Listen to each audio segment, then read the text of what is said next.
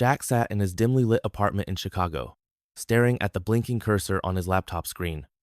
He had spent the last 20 years trapped in the same routine, waking up to the sound of car horns, commuting through endless lines of traffic, and spending long hours in an office that felt more like a prison than a career. He wasn't unhappy, not in the way people who suffered real hardship were, but he wasn't happy either. He was just existing, and lately, the weight of that realization had become unbearable. He had spent decades saving, investing wisely, and ensuring that when the time came, he could retire comfortably. But what was comfort if it came at the expense of fulfillment? He had always dreamed of something more. He remembered the documentaries he had watched as a young man, white sand beaches, crystal clear waters, people who smiled not out of obligation but because they genuinely felt joy. That was the life he wanted. That was the life he had denied himself for far too long. Retirement wasn't the end for Jack. It was supposed to be the beginning. He wasn't looking for a rocking chair on a porch or a weekly golf game with other retirees who had long given up on adventure. He wanted something new, something that felt like he was truly living.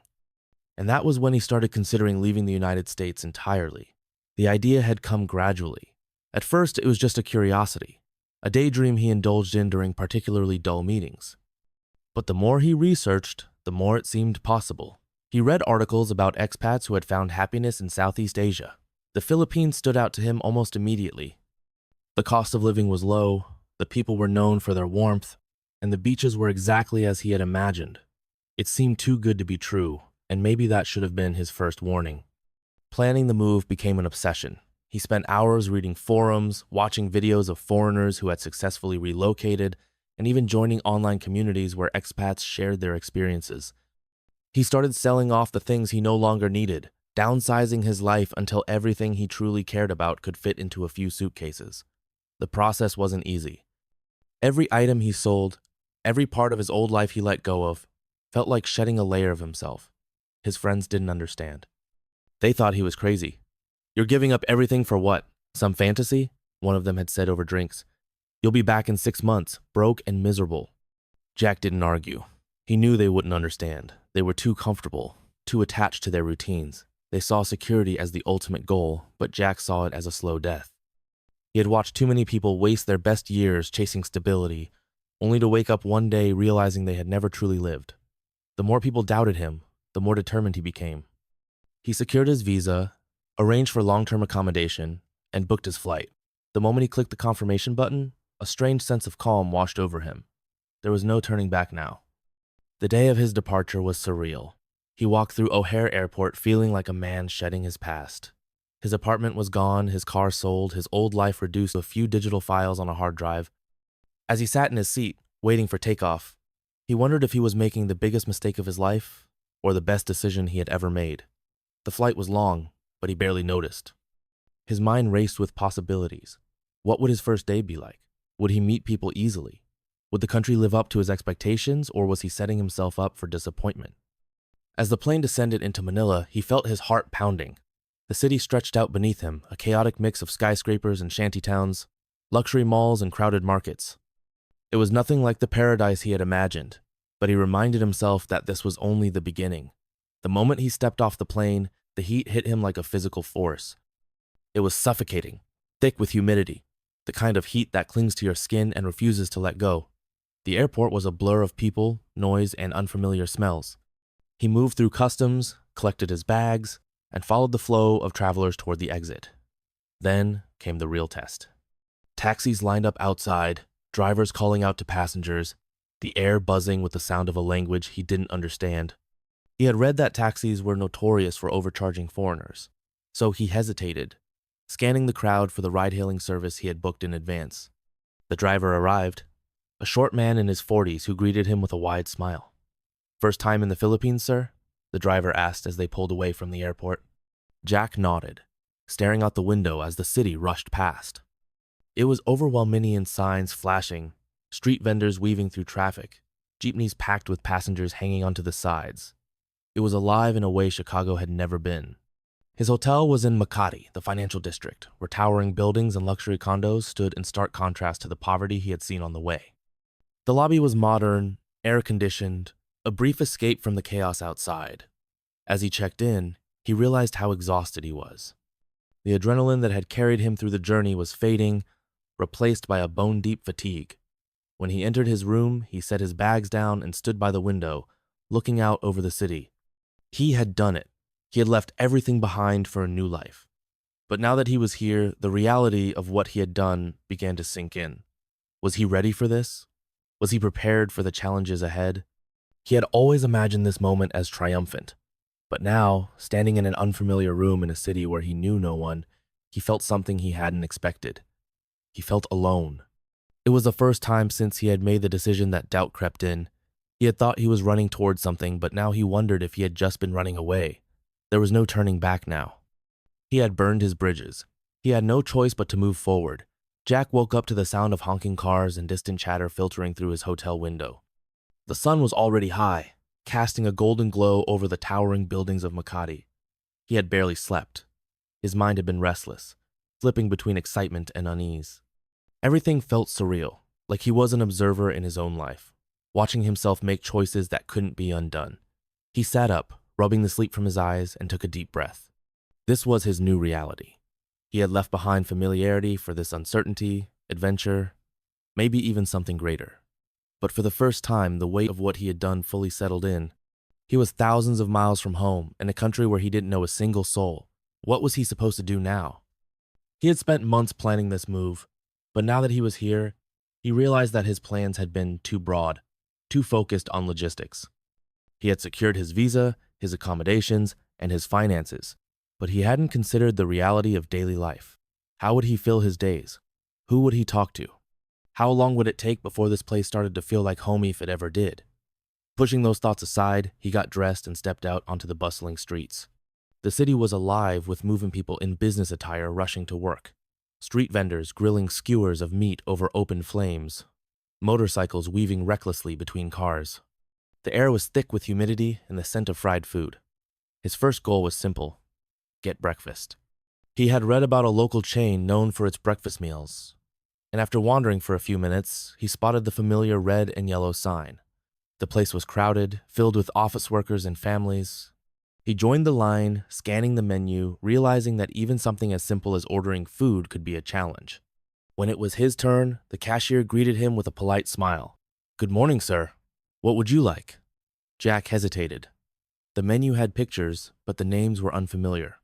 He decided to point at one that looked close enough to an American-style breakfast.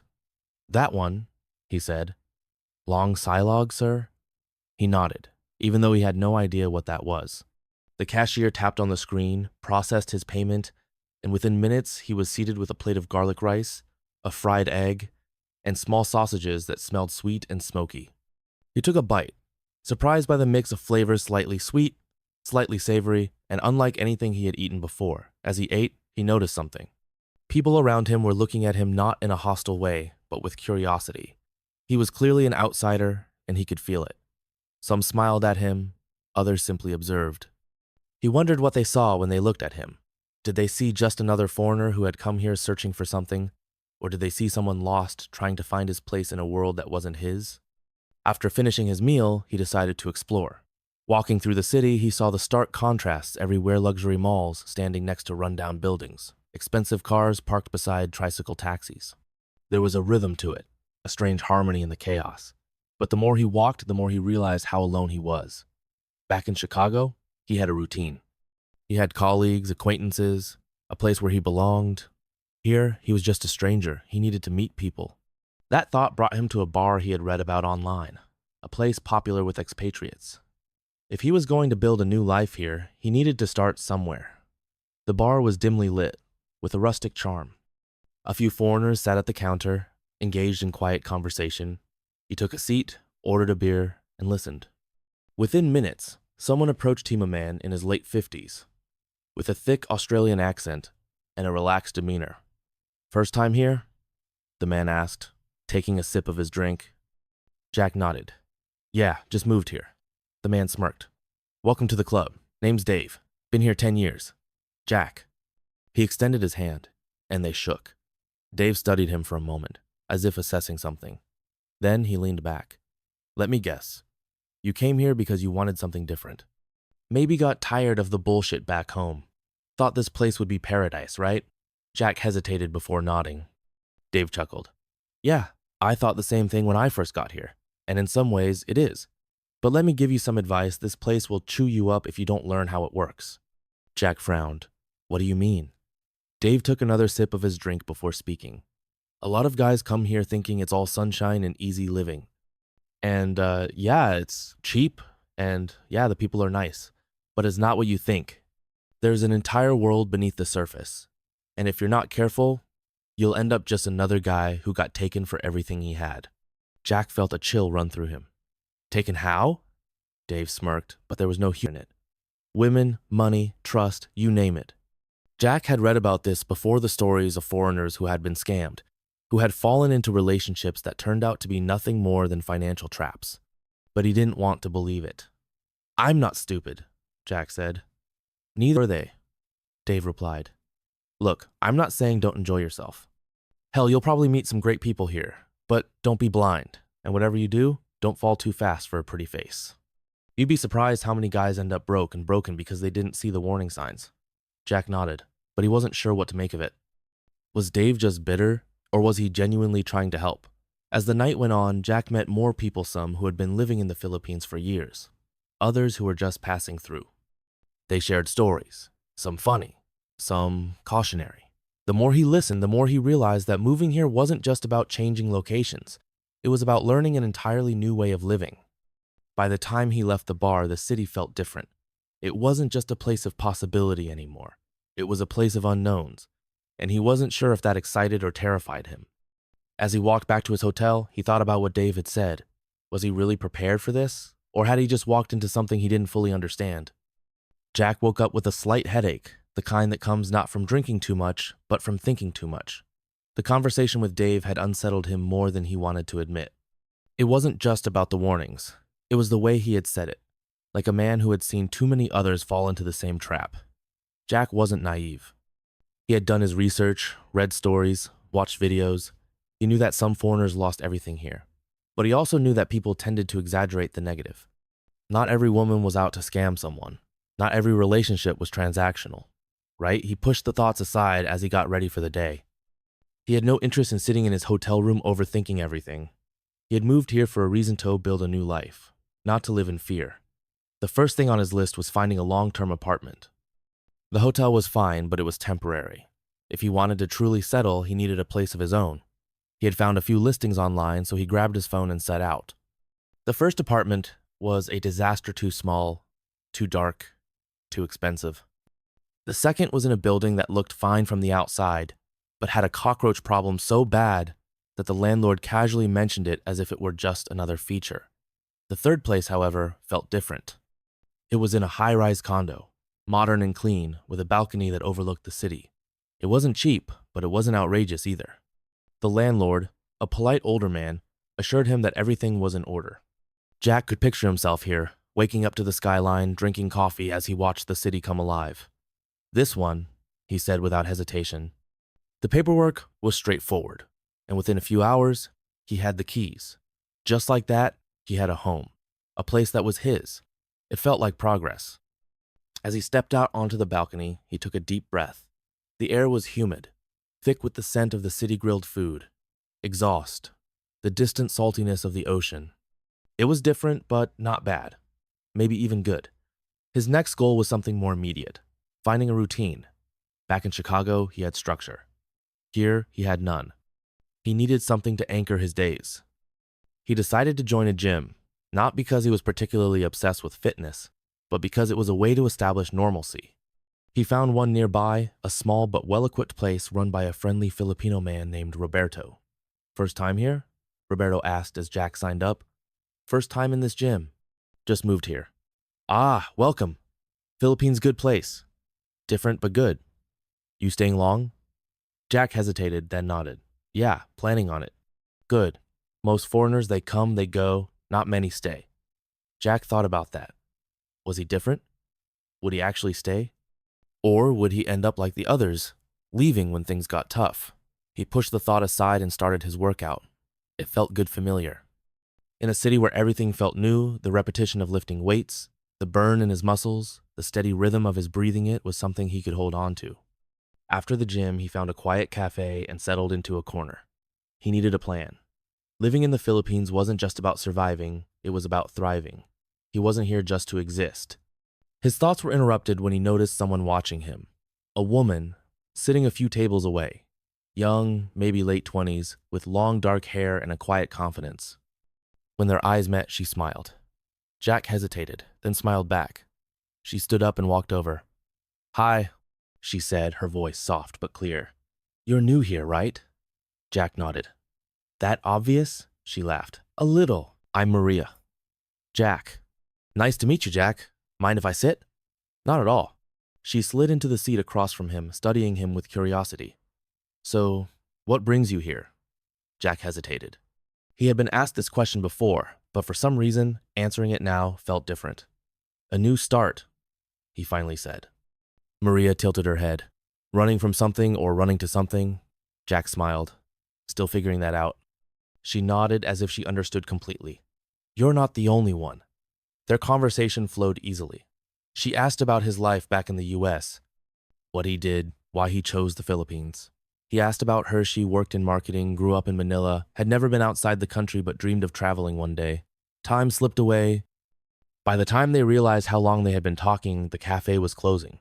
Maria smiled. "It was nice meeting you, Jack. You too." She hesitated for a second, then handed him her number. "Call me sometime." Jack took the paper, feeling something stir in him, something he hadn't felt in a long time. Maybe this was the start of something, or maybe it was exactly what Dave had warned him about. Either way, he was about to find out. Jack sat in his new apartment, staring at Maria's number on the small slip of paper she had given him. He had tucked it into his pocket after leaving the cafe, unsure of what to do with it.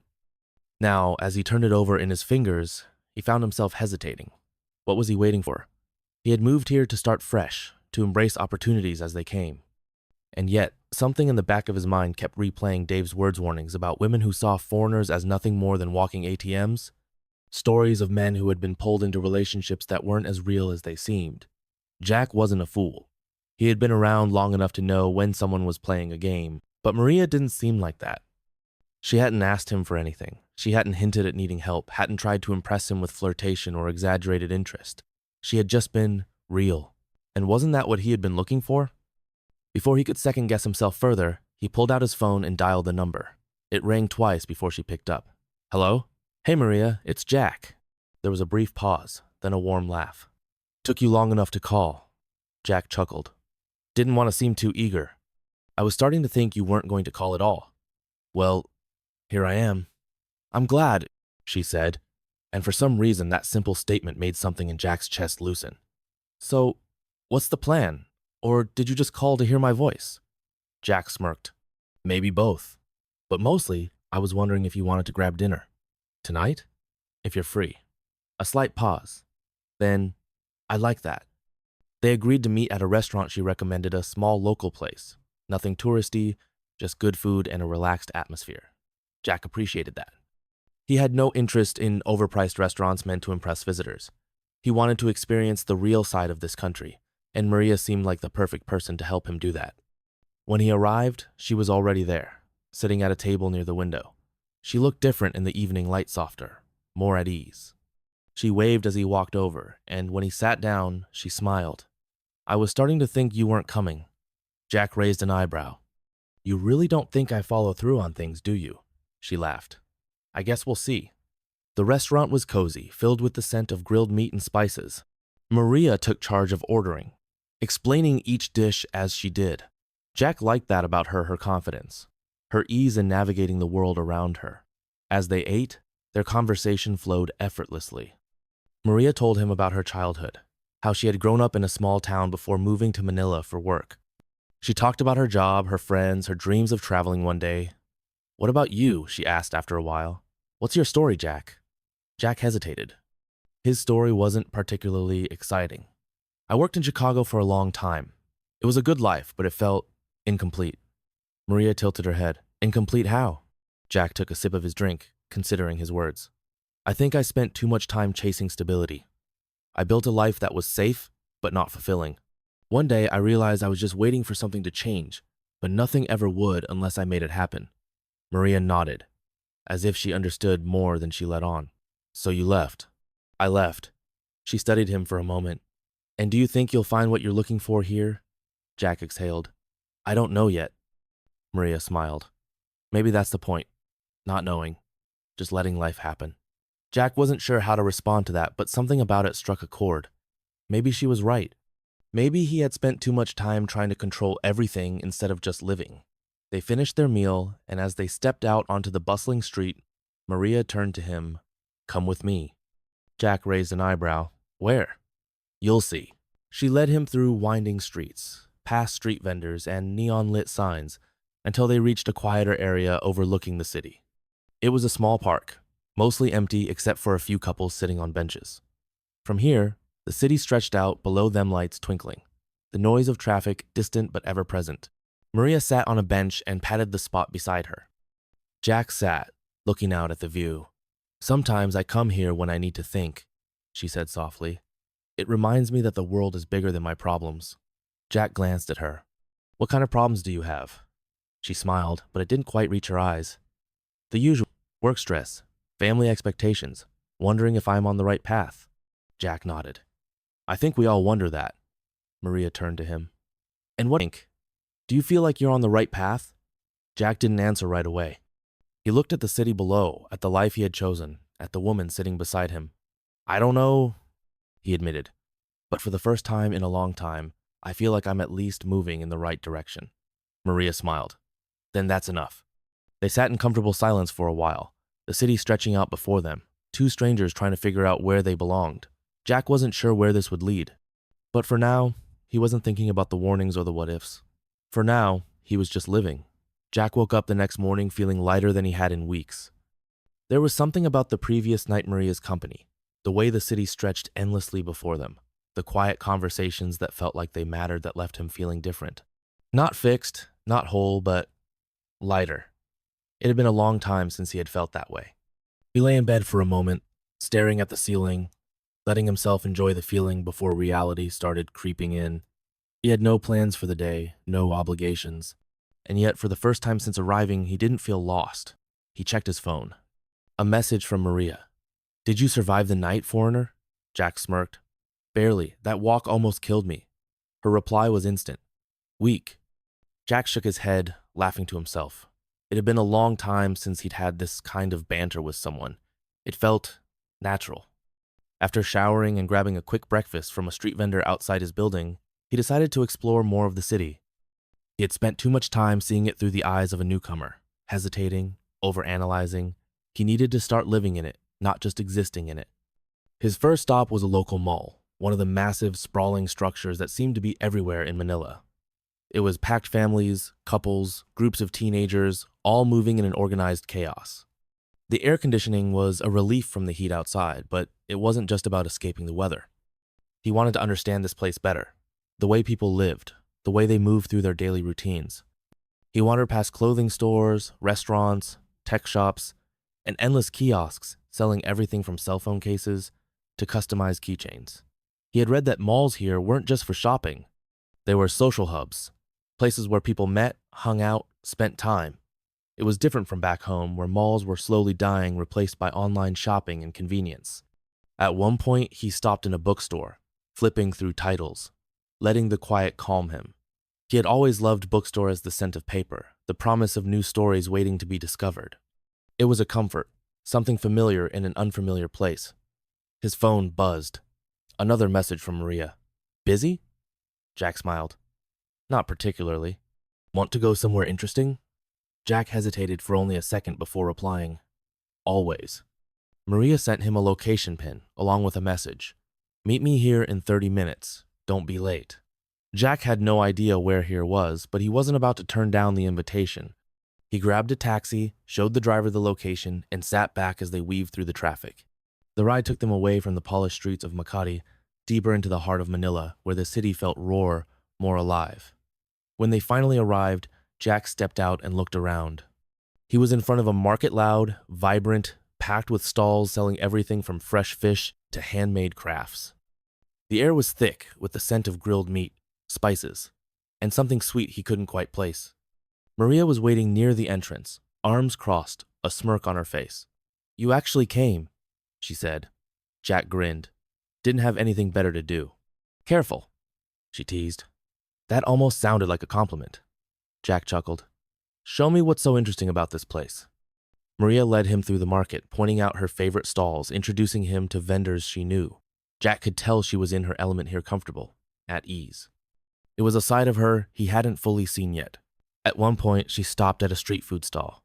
You have to try this, she said, handing him a small skewer of what looked like grilled chicken. Jack took a bite and immediately coughed. Jesus, that's spicy. Maria laughed. Baby. Jack shook his head, taking a sip of water. I wasn't ready. They wandered for what felt like hours, talking, laughing, getting lost in the maze of stalls and streets. Jack hadn't felt this carefree in a long time. At some point, they found a quieter corner, sitting on a bench under a tree. The sun was starting to set, casting a golden hue over the market. Maria glanced at him. So, are you starting to like it here? Jack exhaled. Yeah, I think I am. She smiled. Good, you should. There's a lot to love about this place. Jack looked at her, really looked at her. Yeah, I think I'm starting to see that. They sat there for a while, the market buzzing around them, life moving forward. And for the first time since arriving, Jack didn't feel like an outsider. He felt like he belonged.